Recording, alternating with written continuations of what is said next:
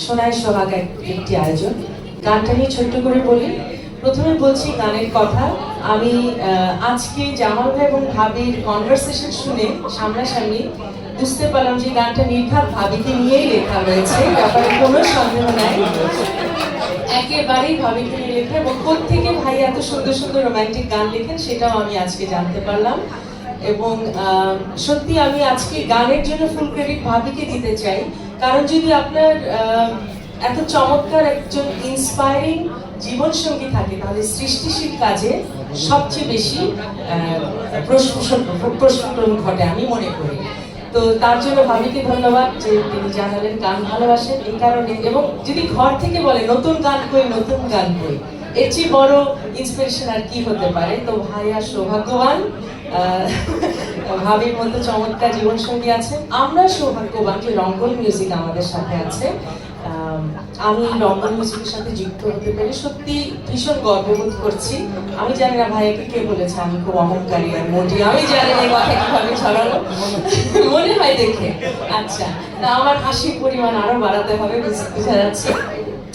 আর গানটা শুরু করেছে পুনম মিত্র, যে নিজেও খুব সুন্দর গান করে।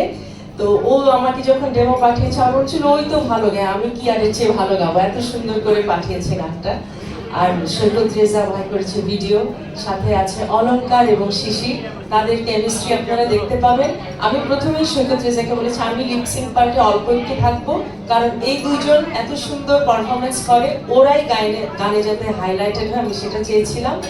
গানটা আইটেম সং না, আপনারা ভাববেন অনেক ধুমধার একটা নাচ আছে, এটা রোমান্টিক সং, একটা সুইং আছে, নাচ আছে। এটা খুব সুন্দর মঞ্চে পারফরমেন্সও করা যাবে, আমি গাইতে পারবো এবং যারা নাচতে চায় তারাও নাচতে পারবে। এবং গানটা আসলে প্রেমের গান, কিন্তু আবার নাচাও যায়, এমন একটা কম্বিনেশন। গানটা একটা মানে খুব সুন্দর একটা কম্বিনেশন। তো অনেক ধন্যবাদ আপনাদের সবাইকে এখানে আসবার জন্য। আর আমি মনে করি যে এত বছর ধরে আমার যে জার্নি, এই জার্নি অনেকে জিজ্ঞেস করে এটা কেন এভাবেই আমি কাজ করছি একইভাবে। আসলে আমি একই রকম ছিলাম অ্যাজ এ পার্সন, এই কারণে হয়তো আমি একইভাবে কাজ করে যাচ্ছি। আমার ভিতরে কখনো অনেক লোভ ছিল না, আমার ভিতরে কখনো উচ্চাভিলাষটাও ছিল না। কেউ বলতে পারবে না আমি খুব উচ্চাভিলাষী একজন শিল্পী, কারণ আমি খুব লেজি আর্টিস্ট। আমি maybe slow and steady wins the race, হয়তো আমার ক্ষেত্রে প্রযোজ্য হতে পারে। আমি খুবই স্লো, আমি কচ্ছপের মতো চলি, কচ্ছপের গতিতে চলি। এবং আমার কাছে আমার সঙ্গীত জীবন অনেক ভালোবাসার, তবে তার চেয়েও বেশি ভালোবাসার আমার পরিবার, আমার ব্যক্তি জীবন। তো আমি সেটাকে ঠিক রেখে তারপরে আমি আমার কাজটা করি। আমি মনে হয় এই কারণে দুটো একসাথে সমান্তরালভাবে চালাতে পেরেছি। তো অনেক ধন্যবাদ।